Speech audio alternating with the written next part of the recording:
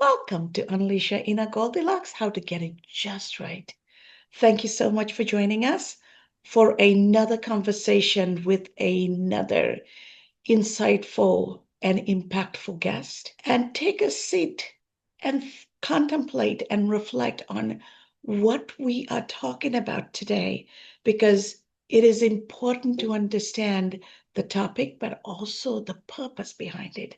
Goldilocks is reminding us that we all have the opportunity to choose wisely to get things just right, to show up in a way that we're not too hard or not too soft, not too hot or not too cold.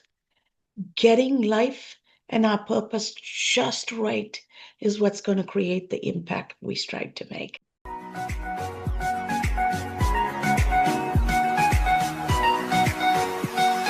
And to have a amazing conversation with me today is a fellow professional and educator, Karl from the state of Massachusetts. Karl has been a accounting practitioner.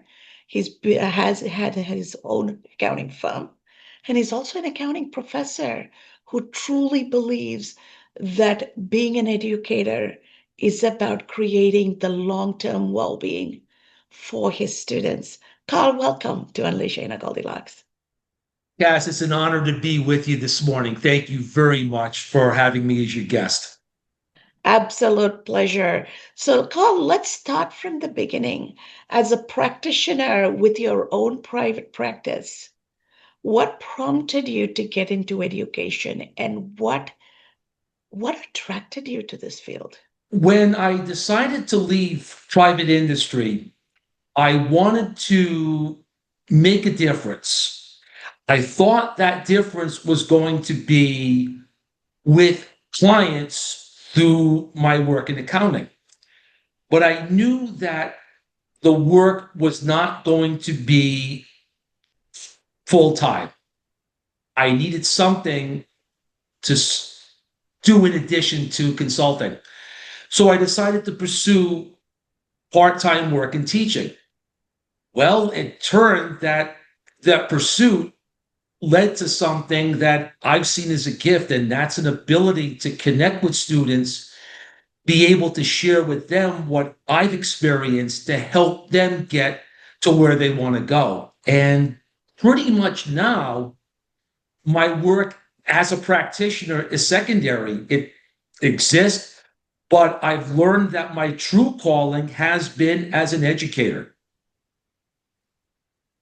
That is an amazing place to land and to have the introspective capability to get there knowing that it is so different. What have you learned about yourself in this journey of transitioning from private practice into being an educator? Because in private practice, you can drive your outcome. In education, you can only influence others. So, how has this shaped you, and how has this allowed you to further grow and evolve? With my role as an educator, I find that I'm not restricted to how I can share my life experience. As a practitioner, I can share my experience on the job, particularly what I learned in private industry.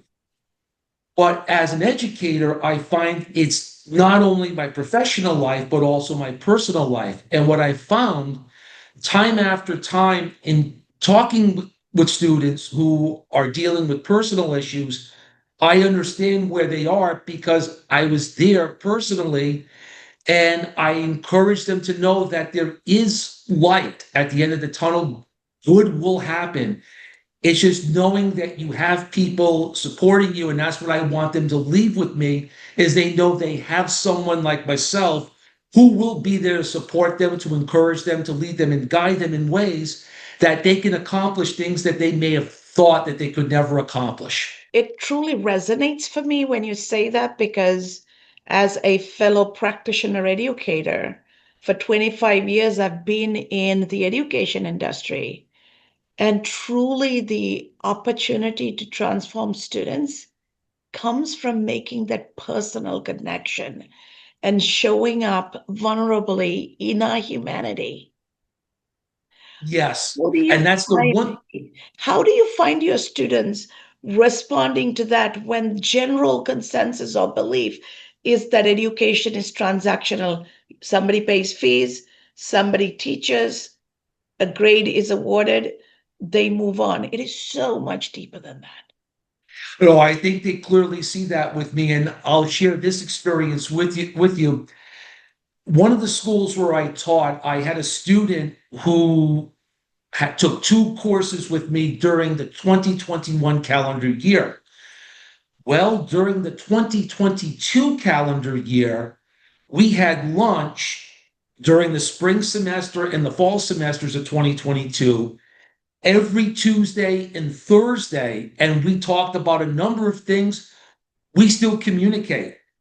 And I think what she saw and what many of my students have seen is the experience doesn't end during finals week of a semester. It goes on. We keep learning, we keep talking because we don't stop growing. When we stop learning, we stop growing. And I think they see that we must keep watering the plant, so to speak. Otherwise, the plant will die. And I think they know now with me that they have someone who will be with them as long as I can. God willing, I'm going to be around for quite a bit. So they'll know that when they need something, and even just another one more sharing item, Dr. Cass, I'll make this quick. A student who I had 8 years ago contacted me this week asking me for a recommendation for a job promotion. So there's no time limit with this stuff. No question about that. Without a doubt. And when students see that you're genuine and you're not posturing to be perfect and you're happy to share some of your trials and tribulations, they find strength in that. They find courage in that. And what is amazing to me is the student spotlight series that you did when you were part of the Providence College, right? Yes. And one of the things you did is you actually did that spotlight on LinkedIn to truly showcase the students. Talk about why you did that and how that helped the students. I just think so many people today don't see the goodness, the greatness in themselves. I'm not going to say the goodness, the greatness in themselves. And I had mentioned earlier this year, all I'm doing is I'm just sharing the grace that's been so generously given to me. I just want people to see the greatness in themselves and know that their success is not going to come from a grade. It's not going to come from an award. It's not going to come from a promotion. It's going to come from how they improve the well being of others. And how they're going to do that is they're going to recognize who they are as people. Sometimes it's very difficult to see that. We all need someone to remind us of what makes us the great people we are. I just see this as another way of being called to shine a light on people to let them know that how great they are, why they're so great, and how they're using these personality traits to clearly improve the well-being of others. And I can speak personally on that because they've certainly improved my well-being. I'm so happy to hear you say that, Karl. I have been cultivating a habit where, whether it's in the classroom or at the workplace, I ask people to select their accountability partners. And the accountability partners have two roles for each other. One is to hold the mirror to the other person and remind them of the greatness they embody and how, in spite of situations and scenarios appearing to be imperfect, we are each perfectly imperfect for the purpose we were created, right? So that is one aspect. And the other is to be each other's blind spot watcher so that we're constantly taking perspective, constantly evolving and transforming. And I love hearing how you bring that into the classroom.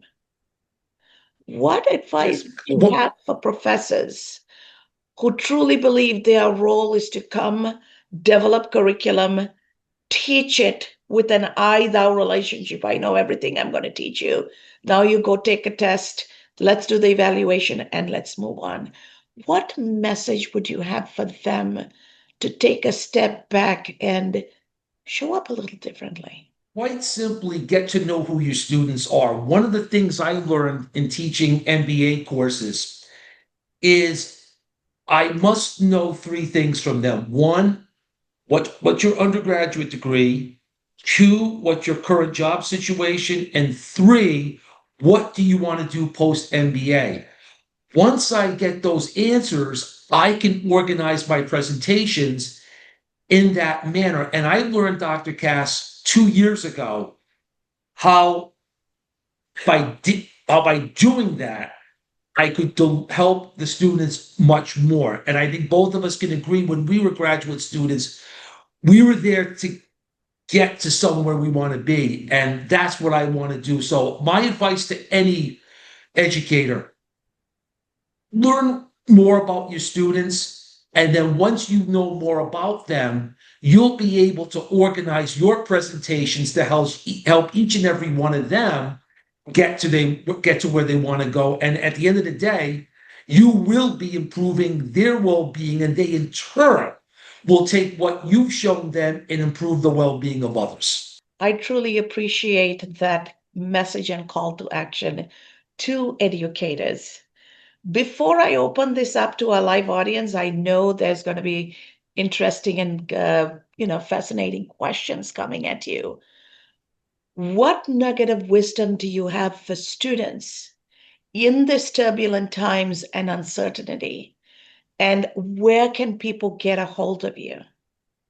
Well, one thing I always tell my students is don't make the mistakes I made at your age. And I share with them that as an undergraduate, I did not take the accounting profession seriously. I didn't work part time in accounting. I had an opportunity to join a fraternity. I didn't enjoy it. I tell them, show your seriousness about your chosen field. That's number one. Number two, I tell them resumes get interviews, personalities get jobs. Be who you are. Never be afraid or ashamed of a job rejection, because it just means that your personality is not the right fit for the culture of the company. You will be a fit somewhere. And most importantly, just be who you are. And who you are shines a bright light. That's why my students know with me, I tell them you are the light of the world. Just remember that. And each of them do it their own way. And one thing I emphasize is I tell them, just look around the room. You all don't look the same. That means you all are not going to think the same, learn the same, be the same. That's okay. We all have a place somewhere. My job is to help you recognize that place where you belong. Thank you so much, Karl. What wise words. And I am sure this is going to resonate for anybody who's going to watch this, because we're all learning, we're all students of life itself. Yes. And to answer your second question, Dr. Cass, I encourage people to connect with me on LinkedIn. That would be the first step in the process, and we'll take it from there. And one thing I've learned from LinkedIn, I still maintain contacts with people throughout the world. Just over the last week, I had video chat with two dear friends, one who lives in Australia, the other who lives in Eastern Ireland. So we're not restricted geographically. So I encourage anyone who's watching, feel free to connect with me on LinkedIn, and let's see where this beginning takes us. Fantastic. Thank you so much. I am going to open this up to a live audience. And Robin, I know you're already ready with your question. Go ahead. Absolutely. Yeah, this is a great discussion. I have an MBA, and you might remember I know that you're old enough to remember the book by Tom Peters, In Search of Excellence, which actually came out just as I was getting my MBA 40 years ago. And as of a few years ago, he is actually still alive. And he was on some Zoom thing that I was watching. So I was doing some screenshots of him and added to one of my presentations where he was saying, if I were to do it all over again, the work that I bring to the table, I would not start in the HR department. I would start in the finance department because because that's where they need it. And one of the points I've made is that until the people who hold the purse strings buy in to some of the notions that you're sharing, then there'll be very little change, across corporate America. And the other thought I'll throw in, and then I'll ask my question, is I was at another conference just a few weeks ago, and a brand new book that just came out, basically talking about capitalism and the markets, stakeholder capitalism versus shareholder capitalism, and how basically the MBA schools had corrupted the market, and which I could kind of agree with. So what's interesting is, even though you're in listening to all of your comments, even though you're in accounting and in the MBA program, what I've heard so far is just like the human side of business, helping the students.